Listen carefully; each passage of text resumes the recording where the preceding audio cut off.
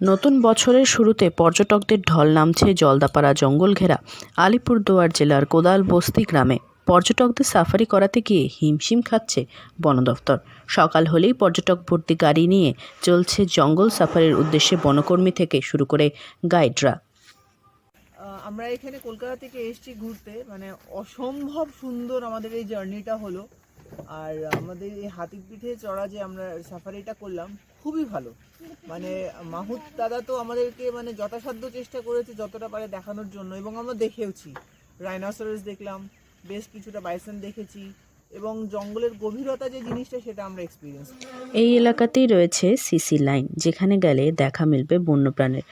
মন ভরে বন্যপ্রাণ দেখে মুখে হাসি দেখা যাচ্ছে পর্যটকদের। হাতি, গন্ডার, বাইসন সহ একাধিক বন্য জন্তুকে একসঙ্গে দেখতে পাওয়া নতুন বছরের শুরুতে কোনো উপহারের চেয়ে কম মনে করছেন না পর্যটকেরা। বছরের শুরুতে পর্যটকদের এমন ঢল নামায় খুশি পর্যটন ব্যবসায়ীরাও। জলদাপাড়া জঙ্গলে ঘেরা ছোট গ্রাম এই কোদালবস্তি। বর্তমানে দিনে 4 ধাপে গাড়িতে সাফারি এবং হাতি সাফারিও হচ্ছে এখানে। এছাড়া শুধু জঙ্গলে গেলেই যে বন্যজন্তুর দেখা মেলে এমনটাও নয়। পুরো গ্রাম জঙ্গলে ঘেরা হওয়ায় প্রায় দিনই লোকালয়ে দেখা মেলে হাতিসহ অন্যান্য বন্যপ্রাণীর, যা বাড়তি পাওনা পর্যটকদের কাছে। কলকাতার পর্যটকরা এখানে বেশি ভিড় জমাচ্ছে।